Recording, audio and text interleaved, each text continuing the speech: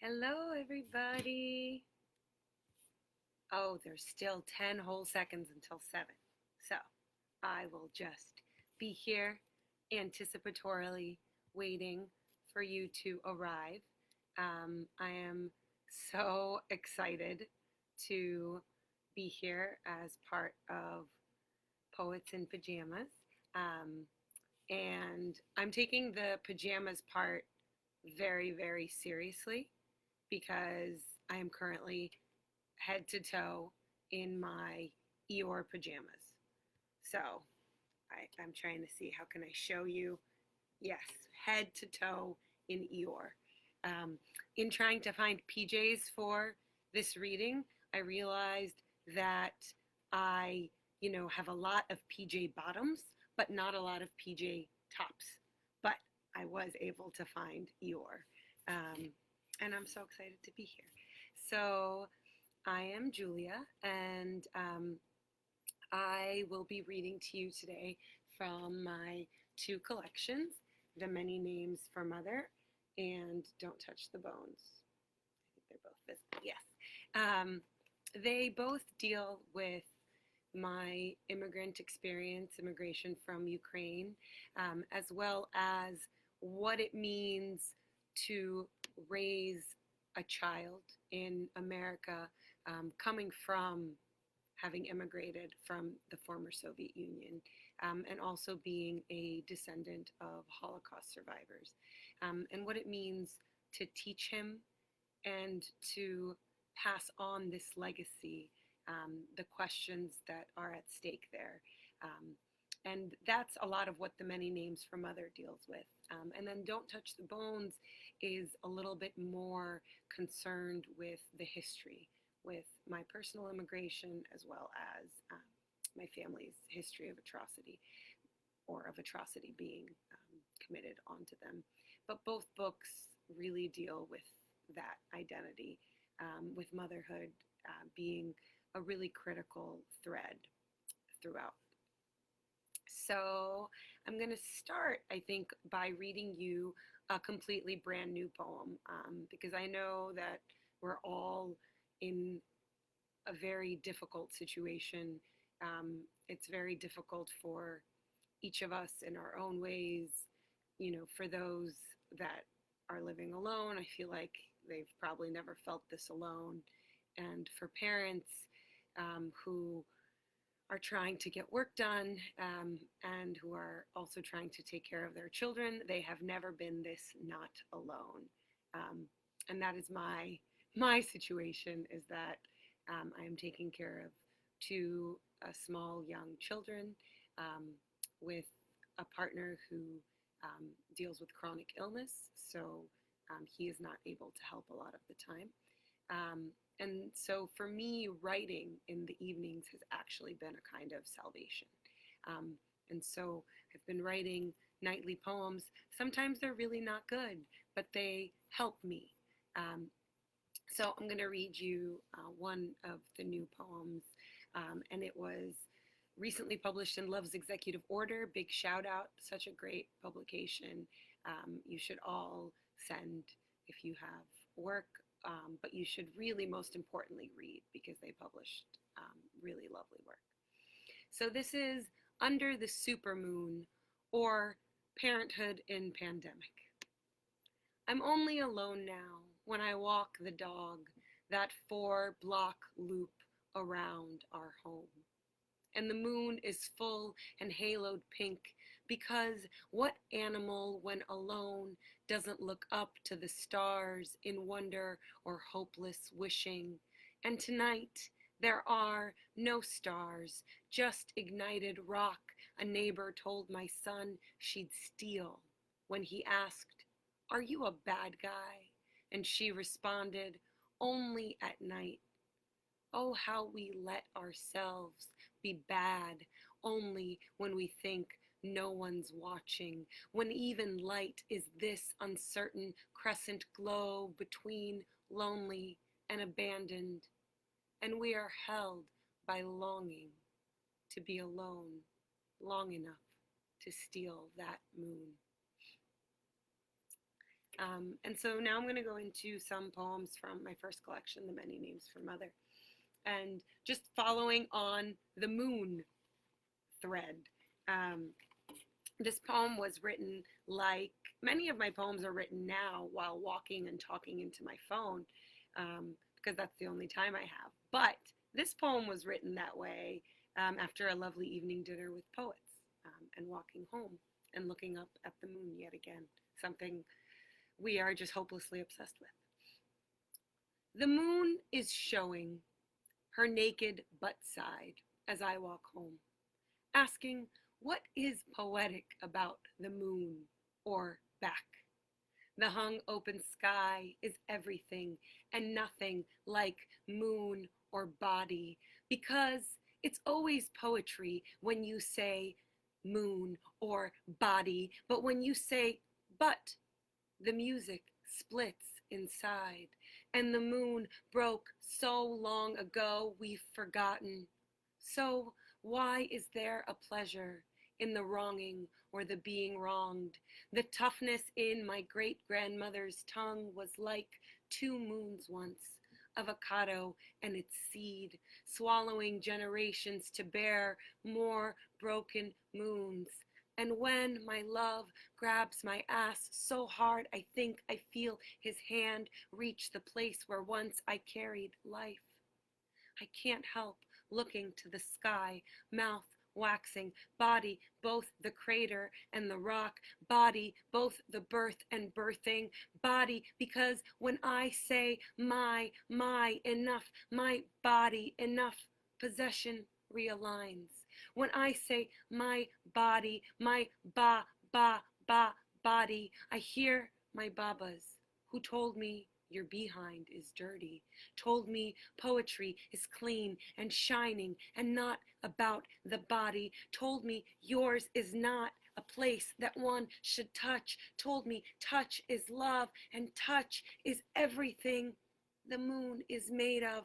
So when my love touches my ass, and I admit I like it, the shame of it, the dark side and the light, shame the waxing reach, shame the opening and everything it carries, life and shit inside of life. And when my son came out of me, they feared he had already taken a shit inside.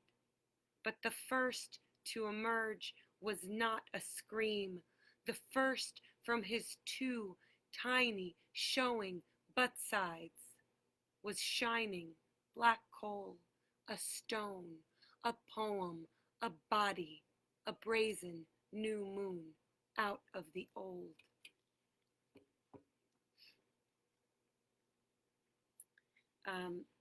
So this book is full of poems titled Other Women Don't Tell You, because when I was pregnant with my son, going through my first pregnancy, I realized there's just so much that other women don't tell you. And there's so much that is still so taboo to talk about, even when it comes to pregnancy and childbirth and the postpartum experience, things that are so natural. So this is the first Other Women Don't Tell You poem. And it's really surreal to be reading it now that I'm going through the same experience with my daughter. And it's Other Women Don't Tell You about the hair, how it falls out, webs between your fingers and streams in the shower and clumps on your pillow and on the floor and in the hands of one who still loves you. They say it'll grow back, thicker even, but you don't believe them. They've lied before. And they don't tell you about the split, how you can fit a fist between your left and right sides. You can work to make it narrower, they say. Build back the muscle in your abdomen and pelvic floor. You can get it all back, they say. But you know that's not the point. And you knew that you'd be tired, that the body can only keep up for so long. They say the days are long, but the years would fly, and again, they were wrong, because everything is flying, and the rain is coming down the way July had never known it, and you think my body was an ark once, and you ask, would it still float? And in days your son will have breathed air as long as water. And maybe Noah was a woman too. They didn't tell you any of this, but the rain is coming and you are holding a wad of your own hair in one hand as your son's head rests against the other, and you think they never told you any of this, how your hands would never keep up.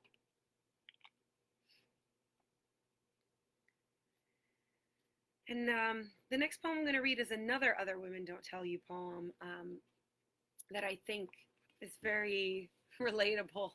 The next two poems I feel are very relatable to the present moment and all the responsibilities and obligations and things that are falling upon parents, but especially mothers right now. Other women don't tell you. Some days, washing out every bottle will feel like enough. Scrubbing the milk rings until their white is in your skin and under your nails. Some days letting the plastic dry until it shines like expensive china. Some days cleaning the bathroom, that too will feel like enough. When you're squatting on the floor across from your son, making noises that are animal and beast and mother in one. Watching him scrunch his face into a prune to make those same sounds. Some days when he picks up a magazine about wood building and stays seated and looks so much like his father and grandfather and likely theirs, and you are there to see it. Those days feel like so much more than enough. But others, most days even, after you've hidden every roll of toilet paper and every spillable and breakable and chokeable, after you've folded and tucked and verbed through the things that make you woman or worn or warm or worn out man or maybe just womb, after you've done more with your body than your body has ever done, nothing feels like anything at all.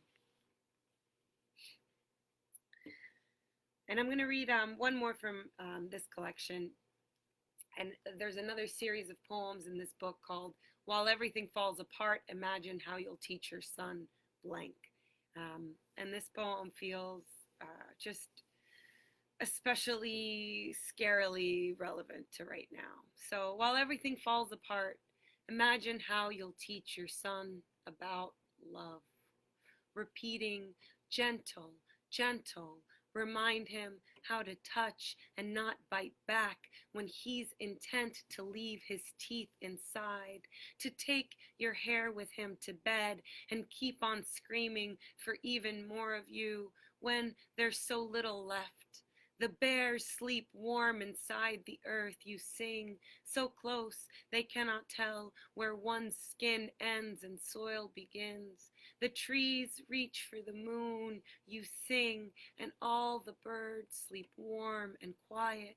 You hold him still against your chest and lips, against his will sometimes, and hum lost Yiddish of a small boy, orphan selling papirosum, koifshe papirosum to get warm, or the Russian beggar girl with her garyachi bublichki as the unbearable night moves in like a train against the dying oil lamp.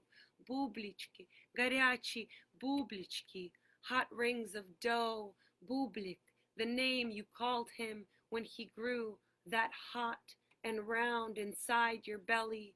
You taste them as you sing and as you kiss his father long and hard.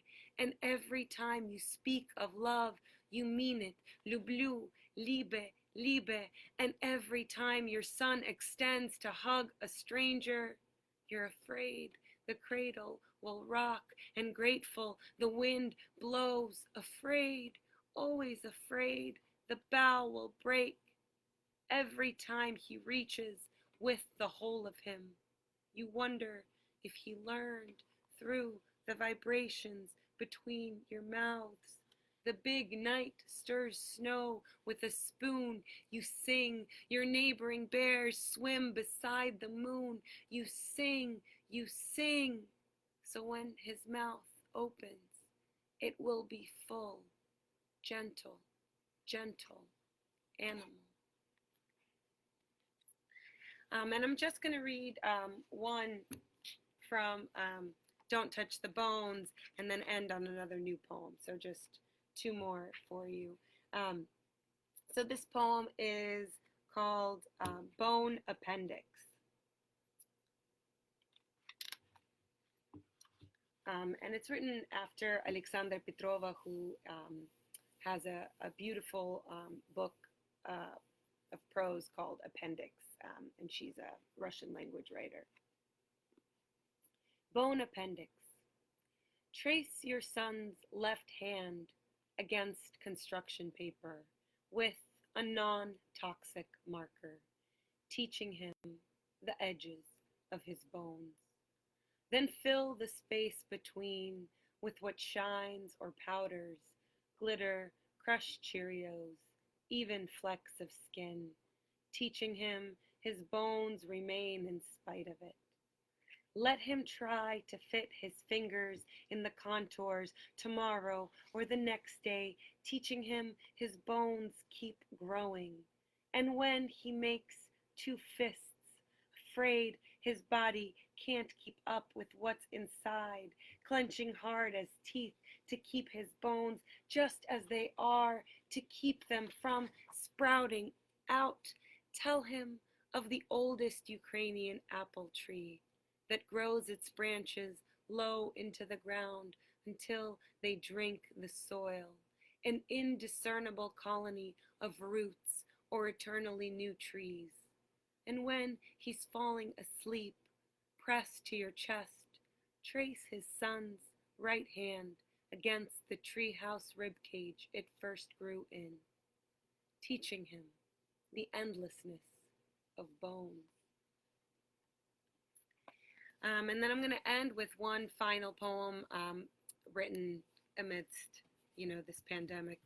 And it was written on April 3rd, 2020, the day that the CDC posted that, yes, you should wear cloth face coverings or masks. And so many people that I've seen around have stopped wearing them. And I hope that my continuing to wear it is just not for protection for myself, but to protect others and to show that we should keep doing this. Regarding the use of cloth face coverings, my 4-year-old will not wear his underwear, screaming, "It's hot in the jungle." Won't wear the cloth Batman face mask sewn just for him by Miss Taylor. He keeps his helmet on, though, scootering too close to anyone at the park and sliding his face, his hands across every bench and mound of dirt, touching every tree to make them his human friends. It's hard to breathe in that, he says. So I scrub his hands, his face, cut his nails too close to bleeding. I pray, a gesture little to do with faith. Fighting to inhale April air through superhero fabric is the hardest he will ever have to work to breathe. Thank you guys so much for listening. I really want to take your questions. I really want to hear what you'd like to know about in writing these poems, writing the books, in going through, continuing to try to be a writer and a mother and a human through this pandemic. I'm going to take a quick little sip because I'm parched. while I'm waiting for your questions, I'll just let you know um, that for me, the way to kind of have been staying active in writing poems has been through listening to all of these amazing virtual readings that have been going on.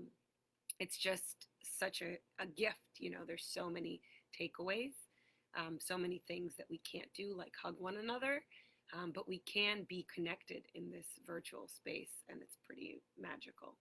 Um, so I have a question about how do various languages impact my linguistic and syntactic choices.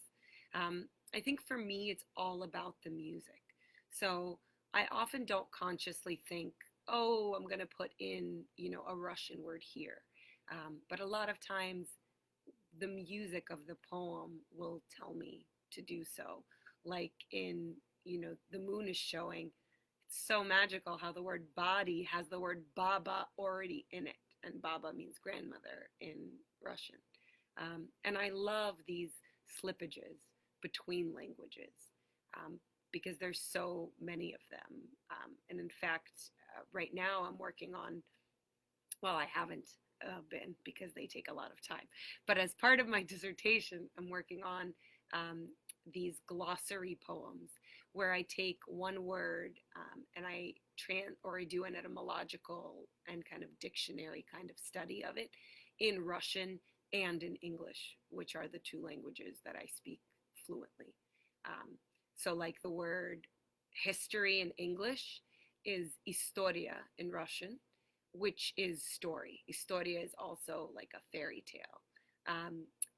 And the word history and historia are very, similar. They have the same Latin root of historia. So I'm working on that. And a lot of the poems in both books deal with how Russian and English interweave with one another. How, even though I'm an English language poet, a lot of the music and the cadences and the internal rhymes come from my upbringing on Silver Age Russian poets for whom music is, paramount. Music is of chief importance. Yeah, it's such a wonderful question.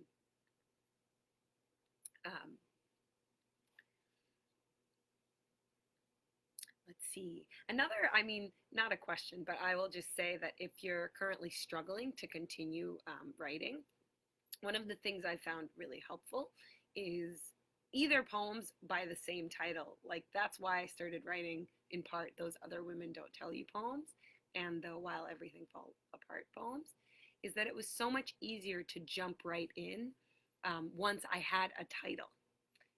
So that's just a good trick. Hi, Hila.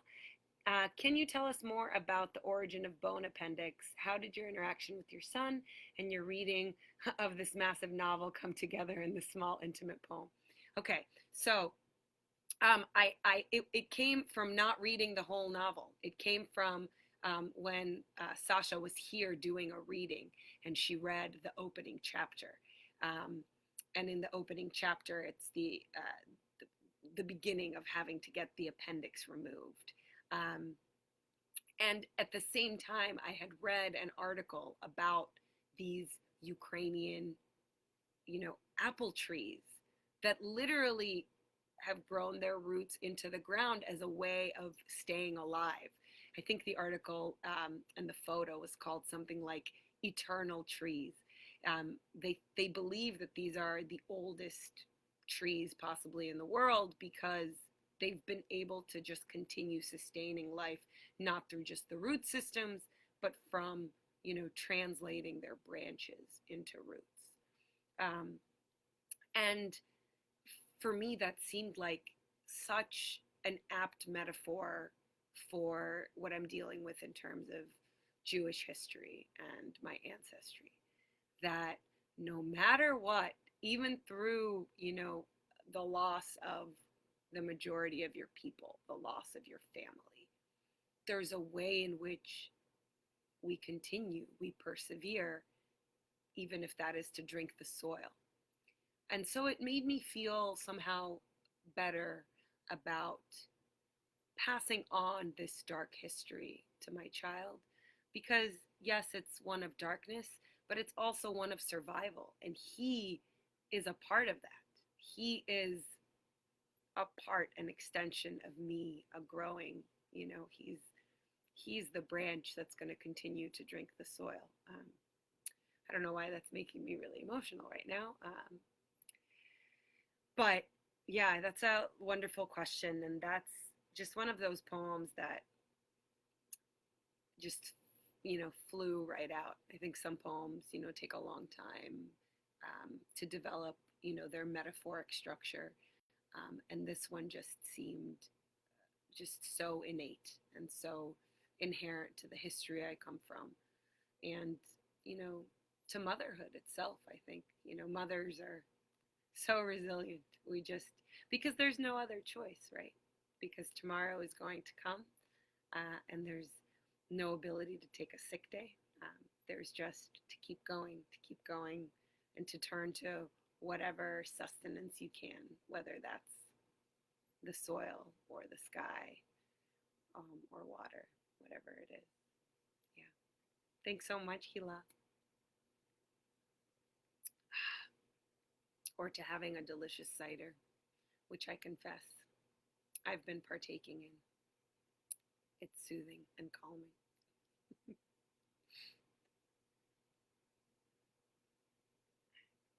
Just looking at your other questions and comments. I think also, just to go back to that music question, or the question of Russian language, now that I'm walking and talking into my phone, as I write poems, there's even more slippages because I don't think I have an accent, but the phone hears things very differently. So sometimes I'll say one thing and the phone will write down another. And that sometimes inspires me to then hop across languages because of what this piece of technology heard. So it's fascinating how that is now starting to engage with my writing process. It's not just how I hear myself or how others hear me, but it's how a program has been trained to hear, what the English language should sound like. Which makes me think of a wonderful post that I just read by Ilya Kaminsky, who, his posts on social media are just gems. But he posted for Brodsky's, what would have been his 80th birthday, and he posted a poem that Brodsky wrote, one of his last poems, written in English, not written in Russian and translated, but written in English. And he talked about how, some people see his writing in English and his translations into English as awkward or clunky. And a beautiful discussion emerged about how immigrants writing in the English language can be seen as clunky or awkward rather than innovative, rather than to be seen as what they are doing to the language. And it made me think how even that classification, oh, this is awkward, coming from an immigrant writer, is the way in which, we're just trying to colonize. It's English language is colonization. And immigrants are constantly, I think, writing to decolonize the language, to surprise, whether it's through bringing in their own language or through shifting the syntax around, and writing the way they hear the language rather than the way, it's expected or the way it should be.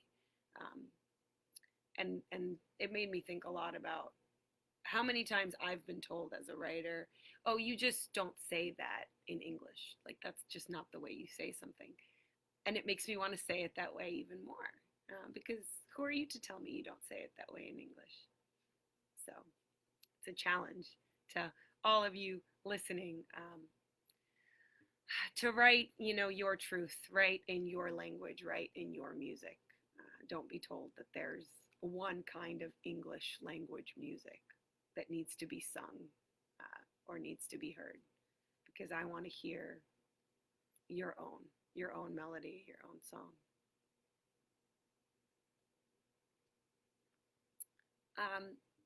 So I think that's my time, and thank you so much for being here. Oh, I see. There's another question about how does place intersect with body in your work? Um, Whether given the body literally is the original home for a child, or loss of place, or otherwise.